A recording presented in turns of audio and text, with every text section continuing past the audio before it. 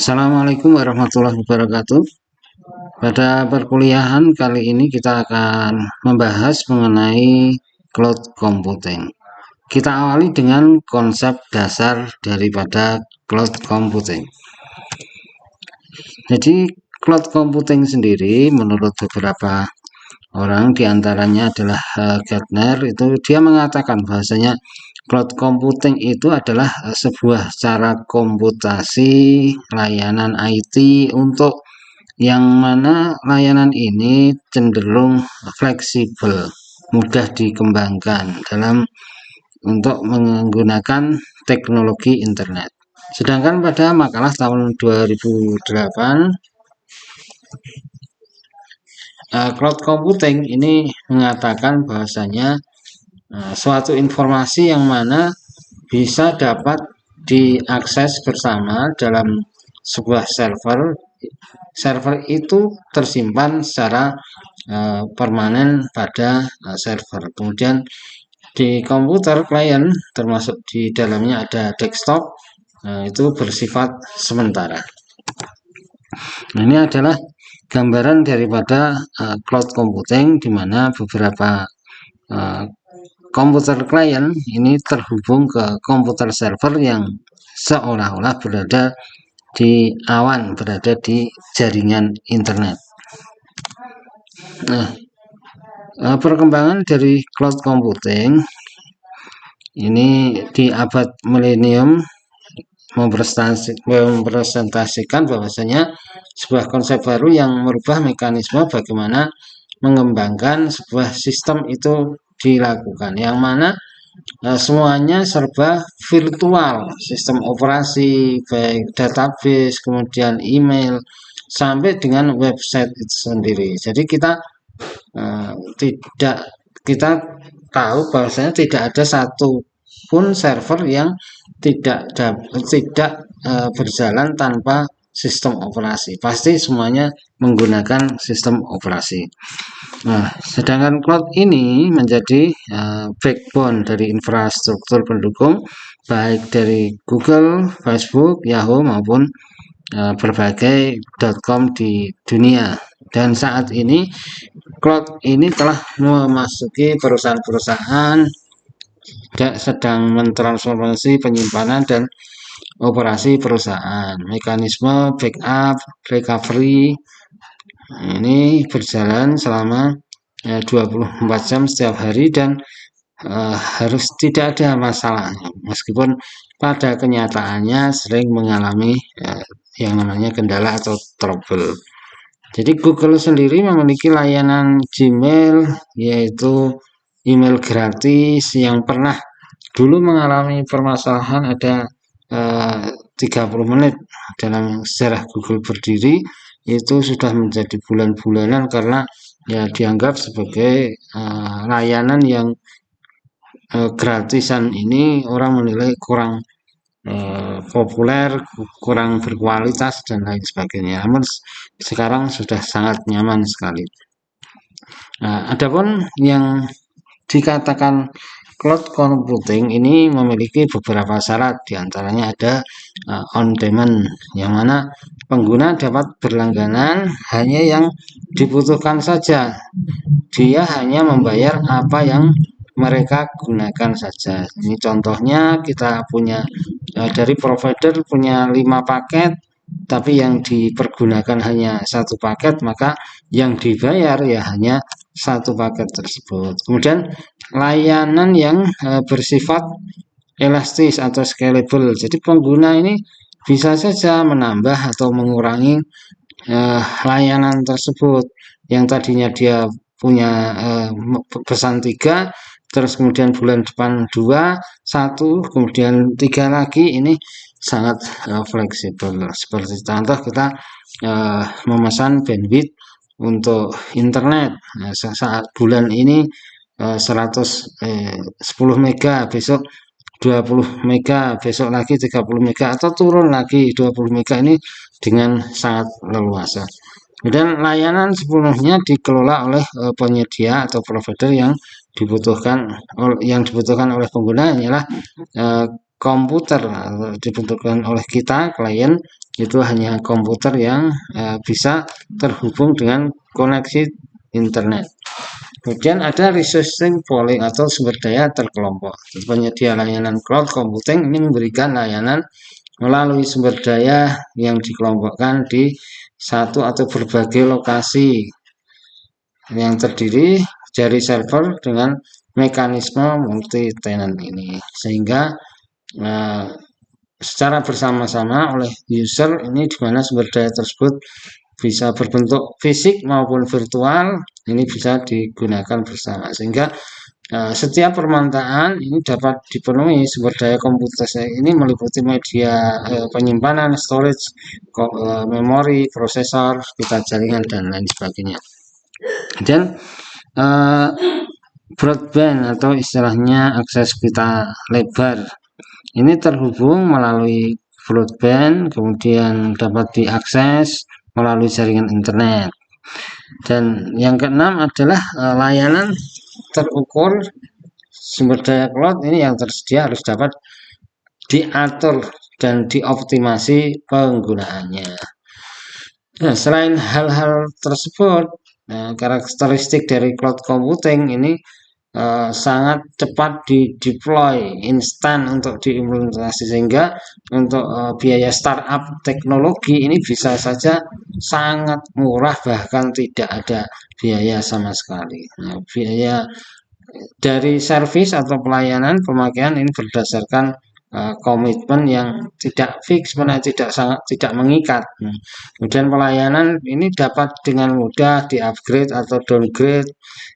Pelayanan ini dapat banyak customer dalam satu platform, mampu mengcustomize pelayanan akan terus. Kemudian yang berikutnya untuk implementasi cloud computing, tipe dari implementasi cloud computing ini adalah sebagai berikut. Ini misalkan ini yang pertama itu berbentuk aplikasi, contohnya adalah Sales NetSuite. Kemudian PaaS atau Platform as Service ini dari database file system, server, middleware. Terus kemudian kalau yang ketiga ini ada IaaS, ini adalah infrastruktur as a service, ini berbentuk virtual semuanya.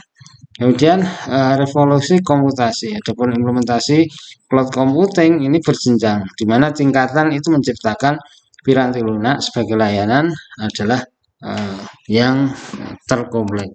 Nah, ini diagramnya kita bisa melihat seperti ini. Dulu perkembangan dari ISP 1.0, kemudian ISP 2.0, kemudian ada Solo ISP 3.0 dan seterusnya. Ini untuk keterangannya.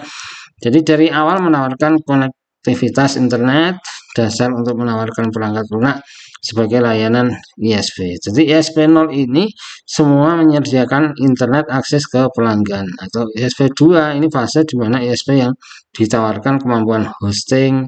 Langkah berikutnya kolokasi melalui ISP leasing, keluar ruang rak dan bandwidth. Dengan ini kalian bisa host server, ini menjalankan lines of business.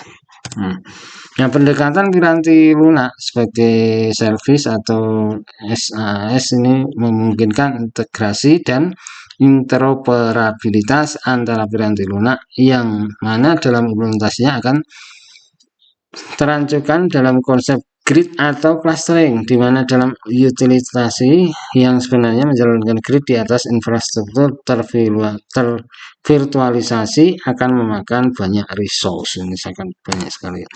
Kemudian evolusi dari cloud. Jadi cloud computing ini merupakan evaluasi yang mengadopsi virtualization atau service oriented architecture and utility computing. Jadi cloud computing ini memungkinkan konsumen teknologi untuk memikirkan komputasi secara efektif dengan biaya minimal dan dapat diandalkan. Nah, hal yang juga tidak perlu dikhawatirkan oleh pengguna adalah tentang bagaimana membangunnya, seperti apa, cara kerjanya bagaimana, siapa yang mengoperasikan, atau di mana harus meletakkan, ini tidak bisa dipikirkan oleh para pengguna. Virtualization ini adalah penciptaan versi virtual, jadi bukan aktual ya, virtual terhadap sumber daya teknologi informasi seperti sistem operasi, server, storage. Nah, yang mana uh, uh, kekuatan pemrosesan komputer ini dianggap sebagai sebuah utilitas yang memungkinkan klien membayar sesuai dengan yang diperlukan. Ya, kita memahami apa sih sebenarnya cloud computing ini. Ada beberapa orang yang dalam pemahaman cloud computing yang penting adalah cloud computing itu sebuah internet dianggap sebagai cloud atau besar ini apabila semuanya disambungkan ke dalam sebuah jaringan.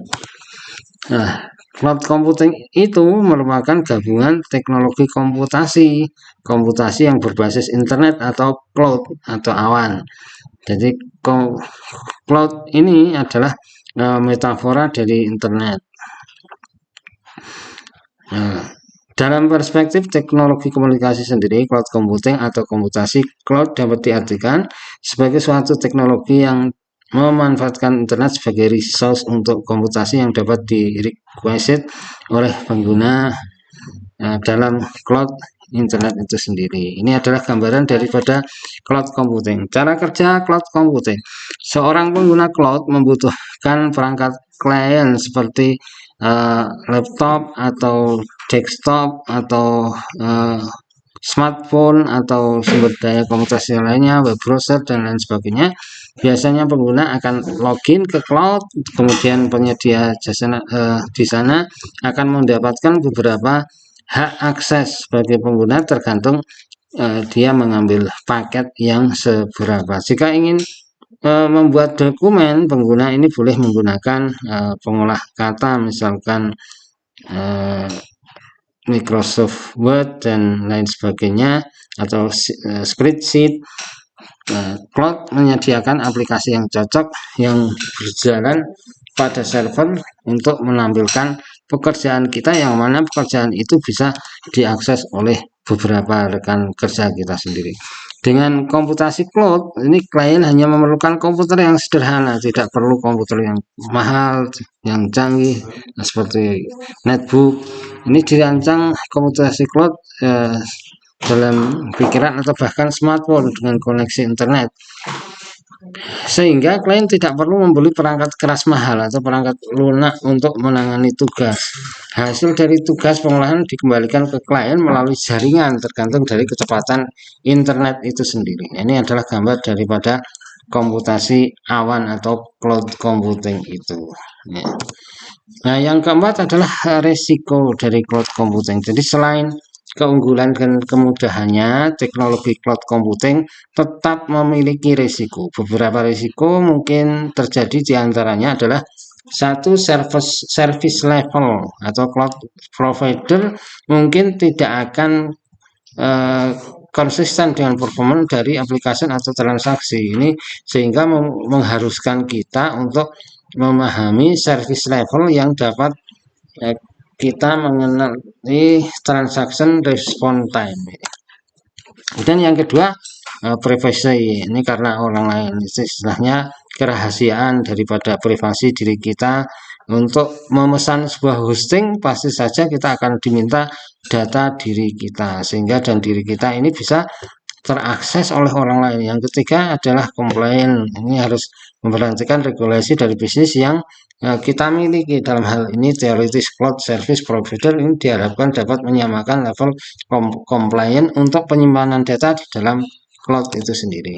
Kemudian yang keempatnya ada data ownership. Jadi apakah data kita ini masih menjadi milik kita begitu tersimpan dalam cloud? Mungkin ini sedikit aneh. Jadi kalau kadang-kadang data kita yang disimpan di cloud ini terekspos oleh orang lain, sehingga diambil dan diduplikasi, bahkan dimodifikasi, kemudian salah gunakan untuk keperluan yang lain. Yang kelima adalah data mobility. Apakah ini kita melakukan share data di antara cloud service dan lain sebagainya.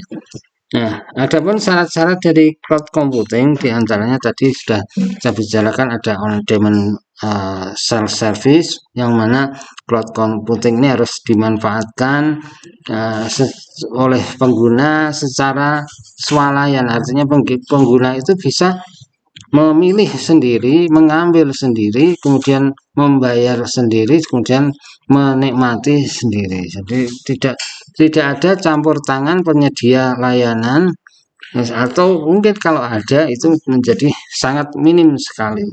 Jadi bila saat ini kita membutuhkan layanan, ya kita harus dapat mendaftar secara swalayan. Kemudian broad network access, sebuah layanan cloud computing ini harus dapat diakses dari mana saja, kapan saja, dengan alat apapun, asalkan kita terhubung dengan jaringan layanan. Kemudian yang ketiga ada resource pooling, sebuah layanan cloud computing harus tersedia secara terpusat dan dapat membagi sumber daya secara efisien. Kemudian yang keempat, rapid release service, sebuah layanan cloud computing ini harus dapat menaikkan atau menurunkan kapasitas sesuai kebutuhan. Dan yang kelima ada service, sebuah layanan cloud computing ini harus disediakan secara terukur, yang nantinya akan digunakan dalam proses pembayaran. Oke, demikian untuk penjelasan cloud computing pada kesempatan kali ini. Bila ada kurang dan lebihnya, mohon maaf yang sebesar-besarnya. Assalamualaikum warahmatullahi wabarakatuh.